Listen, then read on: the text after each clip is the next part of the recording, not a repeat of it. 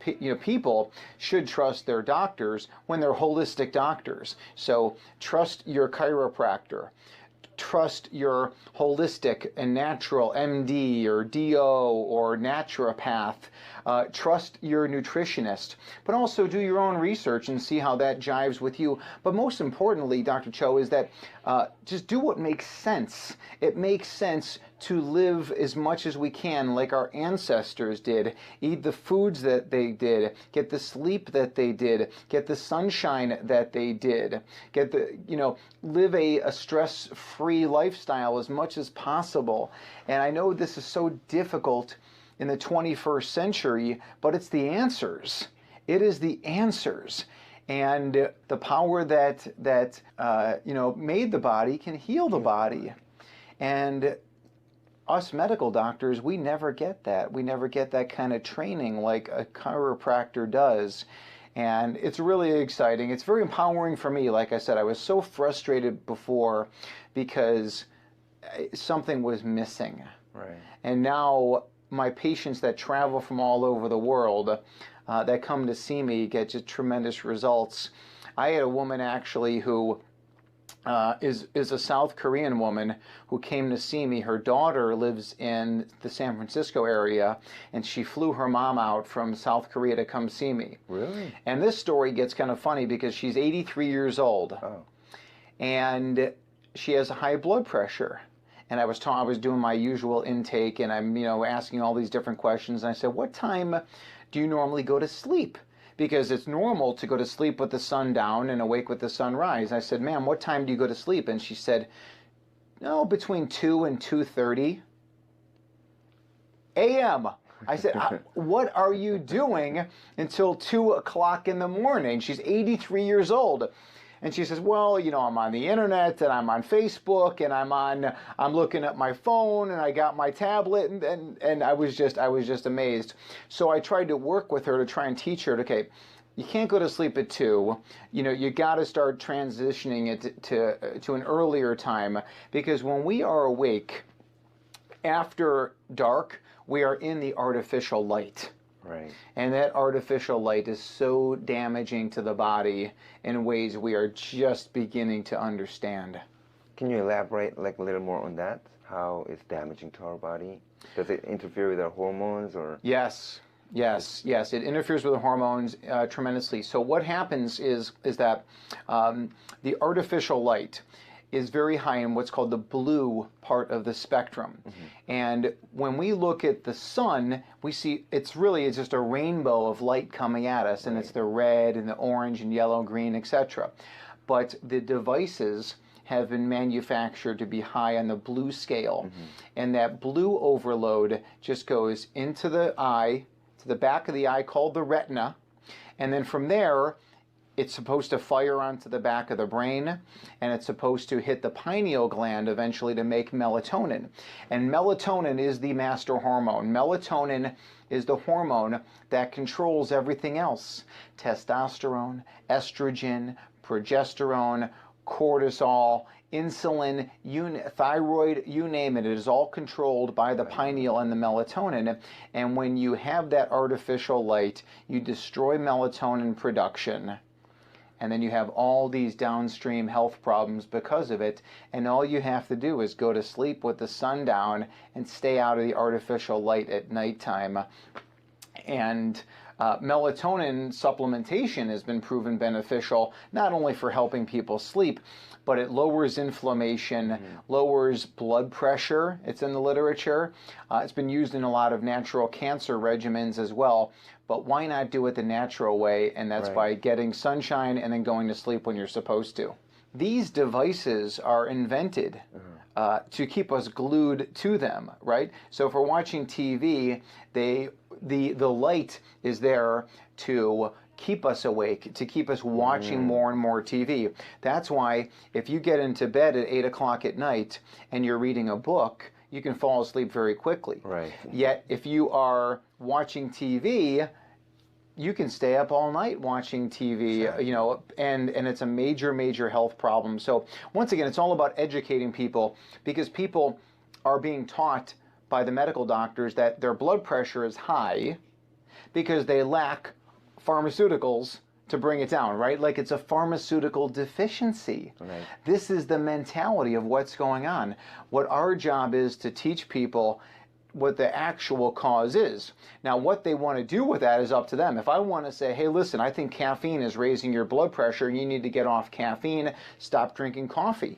Well, some people would say, I would rather die than stop drinking coffee. And there's nothing we can do about that, but at least now we told them the truth, because they didn't hear the truth from the medical doctor. They never even knew that it was a problem. So if we inform people, now they've been told the truth. It's just like smoking in the old days. People were said, hey, listen, smoking's great, you lose weight. 9 out of 10 doctors recommend, XYZ cigarettes. And no one knew the truth. Well, once people found out the truth, now it is up to them to make a choice. Do you want to continue to smoke or not? And if you want to continue to smoke, that's okay.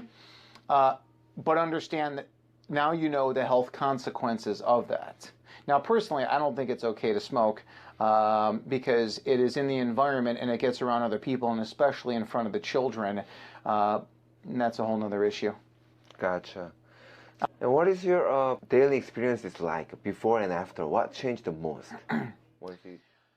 Well, certainly my goal is to get people off of pharmaceuticals and to do so safely. When it comes to a statin drug, I can very easily just stop it on someone instantaneously and give them a new plan. When it comes to blood pressure drugs, sometimes we have to wean off that a little more slowly, remove those a little more slowly as we're adding in other nutrients.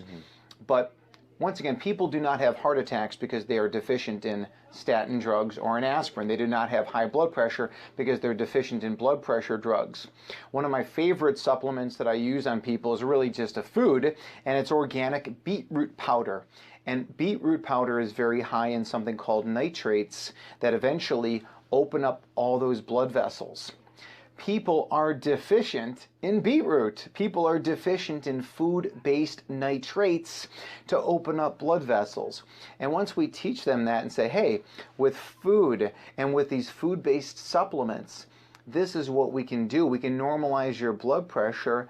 People flock to that message. They love that, and it totally makes sense, and it works. So why take a nasty pharmaceutical with all of the side effects to it when you can, once again, improve and be curative because you've found the cause? Another thing that I'm very big on is spices. All these different spices in your spice drawer, your spice cabinet, those are all natural pharmaceuticals. Those are all natural blood pressure lowering drugs. In fact, the pharmaceutical companies know this. They studied all those different plants and they came up with the drugs. And they found out what plants work. They changed the molecular structure, put a patent on it, and sold it for, $100 billion. So I tell people, throw all the spices in the food, and the rosemary and the thyme and the oregano, throw that all into the food and you get miraculous results. So food and those natural substances and spices are your medicine? Yes. Yeah. What is your evaluation different than the conventional cardiologist? Well, I can explain this, obviously, because I've been both in my lifetime. I've been the conventional cardiologist, and here's how the conventional cardiologist looks at this situation. First off, the conventional cardiologist says, what kind of tests am I going to order on this guy? Because he's at higher risk, so what kind of tests do I want to do? And oh, by the way, I make a lot of money from ordering those tests. So I'm going to do a stress test, often with a nuclear injection. I'm going to do a cardiac ultrasound on this person, so I'm going to make money from doing those tests. And then, because he's got these risk factors, I'm going to put him on drugs. I'm going to put him on aspirin. I'm going to put him on a statin drug. I'm going to put him on a diabetes drug, on a blood pressure drug. So now this person is on at least, 4 or 5 different pharmaceuticals. Obviously, my approach is totally different. I educate my people and say, listen, this is the nutrition that our ancestors did for millions of years when nobody had diabetes. We need to get sleep. We need to, because we know people that sleep 6 hours or less have a higher risk of high blood pressure, diabetes, and coronary artery disease. We need to get sunshine, because sunshine creates vitamin D, and high vitamin D lowers the risk of everything. Those artificial lights that we talked about, from the cell phones and the TVs, and even the overhead lights that we use, those destroy melatonin, and in doing so destroy insulin function, so now you're diabetic. So once you educate people and tell them, a lot of people will make the change. Some people won't. Some people prefer to live in their little bubble of what they think is a different safe plan. But the thing is, Doc, is that their side, as you know, doesn't work. It doesn't work. The statin drugs can, supposedly lowers cholesterol down, that's for sure. But does it lower your risk of heart attack, stroke, and dying? And the answer is, in some cases, yes, by this much. And when you tell people that, and that's what I talk about in my book is not about lowering your risk from here to here, it's lowering your risk to here. It's not about 7% versus 6%, it's about how do we find 0%. And in doing so, you make people happier. Right. You get rid of things like depression and anxiety and stress. You get rid of things like fatigue. You improve libido. You improve sexual function. Our product called beetroot powder, we also call that the boner juice because it improves boners. It improves erectile function. And one of the ways it does so, once again, is that it increases nitric oxide. And that opens up blood flow to everywhere where blood flow is needed. That's essentially the same way that a pharmaceutical like Viagra works, in the sense that it increases nitric oxide. So I would rather do that with beetroot than with some pharmaceutical. I'm sure that you got a lot of your patients report the miracles in their point of view, but it's obviously not a miracle to you that you see all the time, right? Well, I think that the miracle refers to the miracle is the human body. And when you take away all the poison that we're putting into the body from the air and the water and from the food, when you take away all that poison, the body is a miracle. The fact that we can, run and jump and see and smell and feel and have, obviously it is a miracle. Everything is interconnected. Everything is interconnected. As strange as it sounds, obviously, just as, the person you're sitting in front of, I have energy that I'm radiating off to the world, and you have energy that you're radiating off to the world. And so often we miss that interpersonal connectedness that we know from the medical literature that people need to be healthy. We know that massage is healthy because of that touch element, amongst other things. And I think that is also a benefit of chiropractic, is that when you see the chiropractor and you're being touched by another human being, that there is healing qualities to that just in and of itself. And most people are, once again, culturally, they're just not getting that from other people. So many people are isolated. Maybe they don't have good family relationships or good friend relationships. And I think, once again, bringing that back into the world, I think, is so important. Well, a lot of nutritional advice to your patients, right? But it does not mean it's necessarily supplementation.